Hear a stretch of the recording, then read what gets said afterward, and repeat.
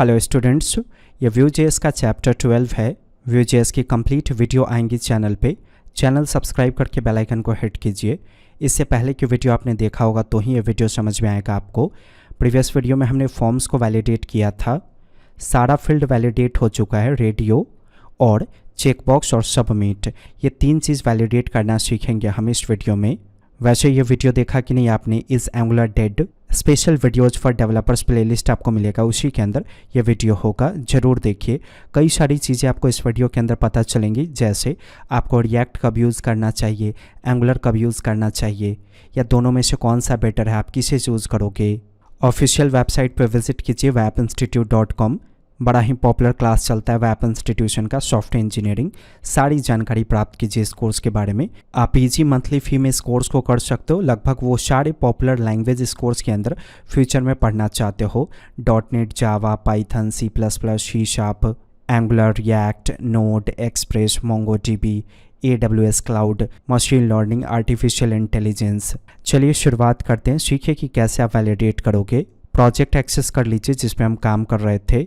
contact.vue components folder के अंदर file आपको दिख जाएगा, इसी के अंदर हम वैलिडेशन का काम करते हैं। देखिए जितना भी फील्ड है, जैसे कि नेम वाला फील्ड, ईमेल या मोबाइल वाला फील्ड, सबको आप ऑन चेंज ऑन ब्लर पे वैलिडेट कर पाते हो। रेडियो बटन को या चेकबॉक्स को हम ऑन चेंज या ऑन ब्लर पे वैलिडेट नहीं करते हैं। जब फॉर्म सबमिट होता है तब चेक करते हैं कि क्या चेकबॉक्स आई एक्सेप्ट वाला चेक हुआ, या उसी वक्त चेक करते हैं कि क्या रेडियो बटन में से कोई भी एक रेडियो बटन चेक्ड है।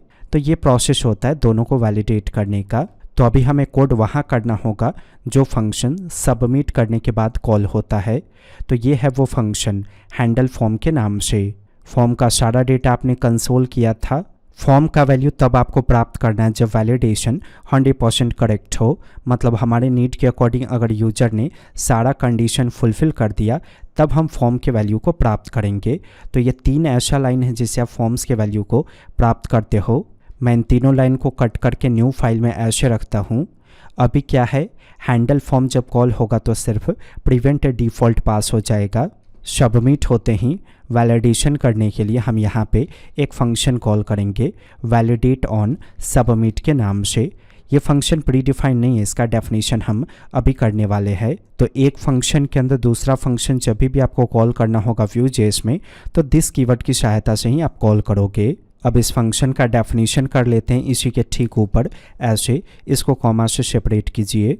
इसी फंक्शन का काम होगा चेक करना कि क्या वैलिडेशन 100% करेक्ट है। अगर करेक्ट होगा तो ये ट्रू रिटर्न करेगा। जब ये रिटर्न करेगा तो रिटर्न होकर वहाँ जाएगा जहाँ पे फंक्शन कॉल हुआ। तो देखिए फंक्शन यहाँ पे कॉल हुआ, यहाँ पे मैं इज़ वैलिड के नाम से एक वेरिएबल क्रिएट करता हूँ। आप यहाँ पे चेक करोगे कि क्या इज़ वैलिड ट्रू है। अगर ट्रू होगा तो फॉर्म के वैल्यू को आप प्राप्त करोगे सबमिट होते ही। लेकिन इस वैलिड में अगर फॉल्स होगा तो उस केस में ये एल्स का कोड एग्जीक्यूट करेगा। टेस्टिंग पर्पस के लिए अलर्ट के अंदर ऐसे राइट कर दीजिए इनवैलिड, और जो कोड कट करके हमने किसी और पेज में रखा था वो आप इस वैलिड वाले इफ़ कंडीशन के अंदर राइट कर दो। ओके, थोड़ा टेस्टिंग कीजिए अभी क्या होता है। मैंने इन्फॉर्मेशन को इनपुट कर दिया, ऐसे चेक करके सबमिट कीजिएगा। देखिए डेटा आ गया। ऐसा इसलिए क्योंकि हमने वैलिड ऑन सबमिट से ट्रू रिटर्न किया। अगर हम फॉल्स रिटर्न करेंगे यहाँ से तो डेटा नहीं आएगा। आप देखो मैंने इस पर क्लिक किया, क्या आया, इनवैलिड। तो बस अब आपको यहाँ डिसीजन लेना है वैलिड ऑन सबमिट के अंदर कि कब फॉल्स रिटर्न करेंगे और कब ट्रू रिटर्न करेंगे। एरर ऑब्जेक्ट को फाइंड कर लीजिए। देखिए इसमें full name, email, mobile, gender, message ये डिफाइंड है, लेकिन रेडियो बटन के लिए और एक्सेप्ट के लिए कुछ भी डिफाइन नहीं है। तो पहले उसके लिए डिफाइन कीजिए।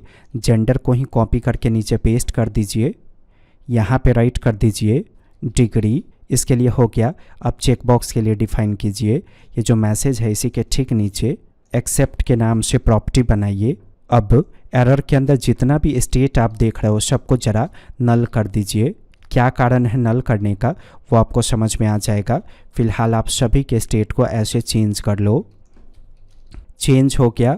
अब हमें इसके लिए लूप चलाना है एरर के लिए, और इस एरर ऑब्जेक्ट का जितना भी प्रॉपर्टी है पहले उसे रीड करना है कि एरर ऑब्जेक्ट के अंदर कौन कौन सा प्रॉपर्टी है, full name, email, mobile, gender, इन सब को रीड करना होगा अभी हमें यहाँ वैलिडेट ऑन सबमिट के अंदर। तो फॉर का इस्तेमाल कीजिए, लेट की सहायता से की के नाम से वेरिएबल बना दीजिए।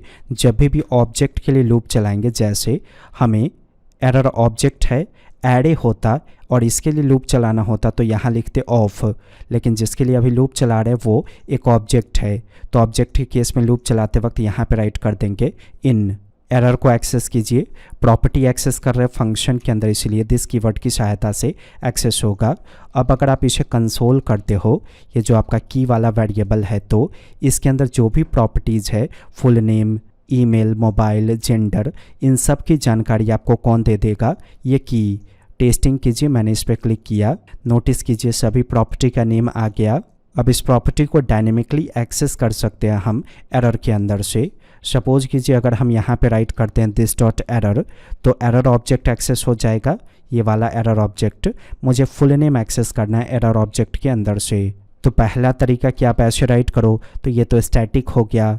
दूसरा तरीका, आप स्क्वायर ब्रैकेट का इस्तेमाल करो, आपके प्रॉपर्टी का नेम किस में है, इसमें, तो अगर की में आएगा फुल नेम तो एरर ऑब्जेक्ट के अंदर से फुल नेम प्रॉपर्टी एक्सेस होगा। अगर की में आएगा ईमेल तो एरर ऑब्जेक्ट के अंदर से ईमेल प्रॉपर्टी एक्सेस होगा। अब सभी प्रॉपर्टी के अंदर से स्टेट को चेक कीजिए ज़रा, ऐसे राइट कर देंगे। तो ऐसा करने से सभी प्रॉपर्टी के अंदर से, मतलब पहले फुल नेम के अंदर से, फिर ईमेल के अंदर से, फिर मोबाइल के अंदर से, फिर जेंडर के अंदर से स्टेट एक्सेस हो जाएगा। टेस्ट कीजिए, कंसोल का इस्तेमाल करेंगे, कंसोल के अंदर रख दीजिए इसे। मैं यहाँ क्लिक करता हूँ सबमिट पे, नोटिस कीजिए सब जगह पे नल आया, क्योंकि डिफ़ॉल्ट रूप से सभी प्रॉपर्टी के स्टेट में डिफाइंड है नल। यहाँ इफ़ का इस्तेमाल कीजिए और इस तरह से चेक कीजिए कि क्या नल के बराबर है सारे फील्ड का स्टेट। अगर नल के बराबर होगा तो सबको एरर बनाना है हमें, स्टेट का वैल्यू सेट कर देंगे फॉल्स, मतलब सभी प्रॉपर्टी के स्टेट का वैल्यू सेट करेंगे फॉल्स। फिर इसके बाद सभी प्रॉपर्टी के अंदर मैसेज के नाम से प्रॉपर्टी है आपका, आप यहाँ से मैसेज पास कर दो फील्ड नॉट टच्ड, मतलब आपने किसी भी फील्ड को टच नहीं किया, डायरेक्ट आपने सबमिट पे क्लिक कर दिया।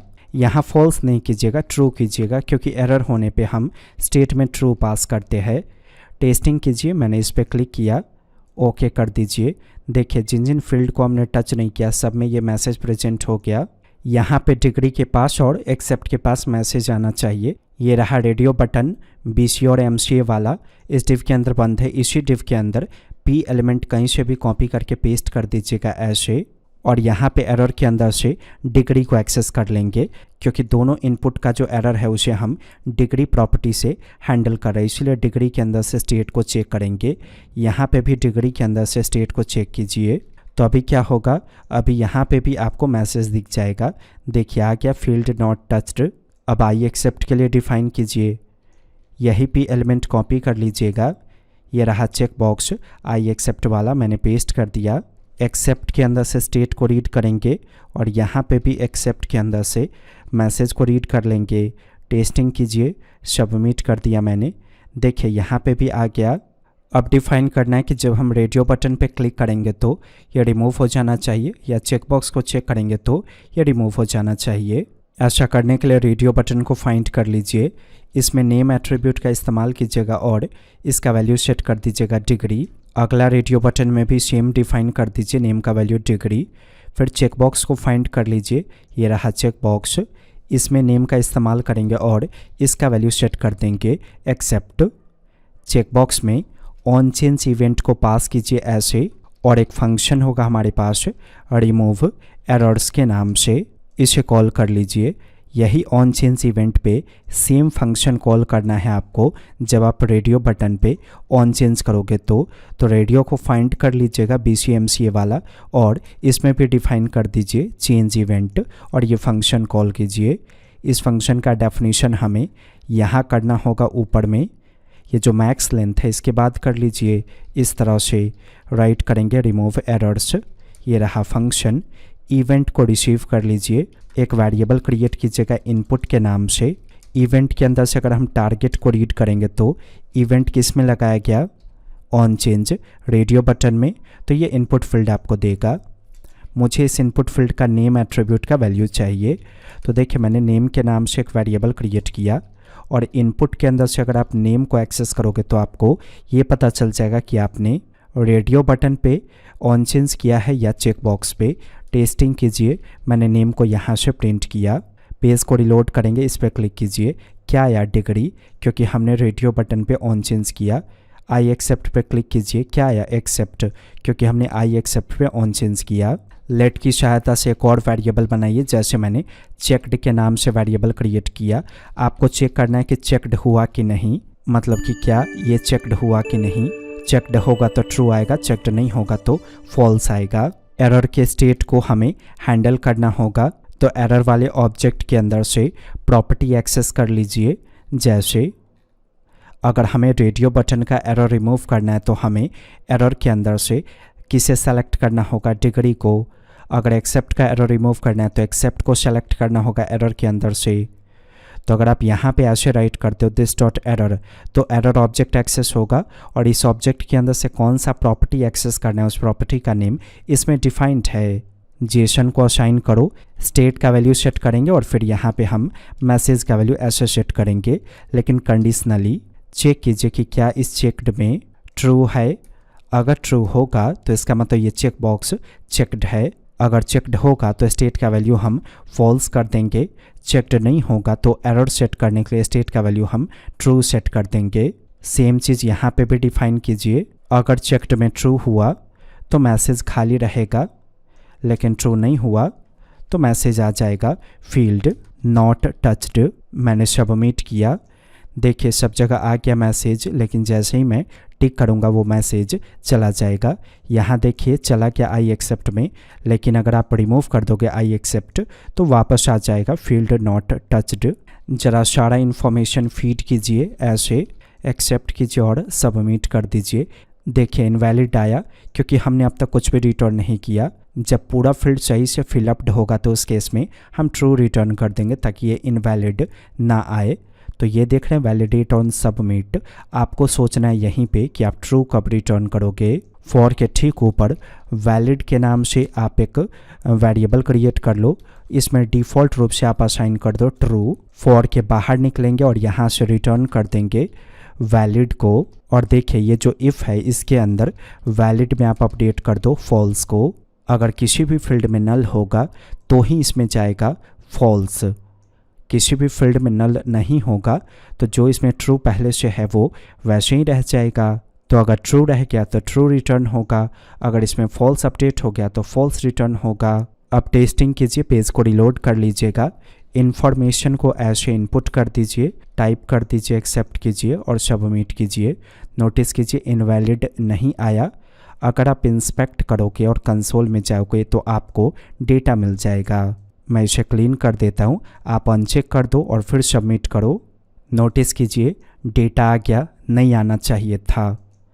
इस प्रॉब्लम की सॉल्यूशन करने के लिए वैलिडेट ऑन सबमिट के अंदर जिस तरह से आपने नल को चेक किया वैसे ही आप लॉजिकल और ऑपरेटर का सिंबल दो और चेक कर लो आप यहाँ से ट्रू को। क्या स्टेट का वैल्यू ट्रू है या नल है, दोनों में से कुछ भी होगा तो वैलिड में फॉल्स चला जाएगा। अब टेस्टिंग करते हैं। पहले तो इन्फॉर्मेशन को इनपुट कर दीजिए ऐसे। देखिए अभी सारा कंडीशन फुलफिल है, सबमिट करने पे डेटा आया। क्लीन कर दीजिए और अनचेक करके अब सबमिट कीजिए। क्या मैसेज आया? इनवैलिड। हाँ आप चेक कर दो फिर सबमिट करो, फिर डेटा आ जाएगा। मैं किसी फील्ड को एरर कर देता हूँ और क्लीन करके फिर से सबमिट करता हूँ। क्या आया? इनवैलिड। अब जो भी काम करना होगा जैसे कि HTTP रिक्वेस्ट करना होगा या सर्वर पे डेटा भेजना होगा तो कहाँ भेजेंगे? हैंडल फॉर्म के अंदर, यहाँ पे इस जगह पे। तो वैलिडेशन कंप्लीट हुआ आपका इस वीडियो में। ऐसे ही हर प्रकार के फॉर्म को आप वैलिडेट करोगे Vue.js के अंदर। एक बार में नहीं समझ में आएगा, अगर आप मल्टीपल टाइम्स देखोगे दोनों वीडियो को, इस वीडियो को और इसके पहले वाले वीडियो को, तो अच्छी तरह से समझ में आएगा आपको। वीडियो लाइक कर दीजिए और वेब इंस्टीट्यूट की वेबसाइट पर विजिट कीजिए। वेब इंस्टीट्यूट के वीडियो को देखने के लिए और webinstitute.com पे विजिट करने के लिए आपका धन्यवाद।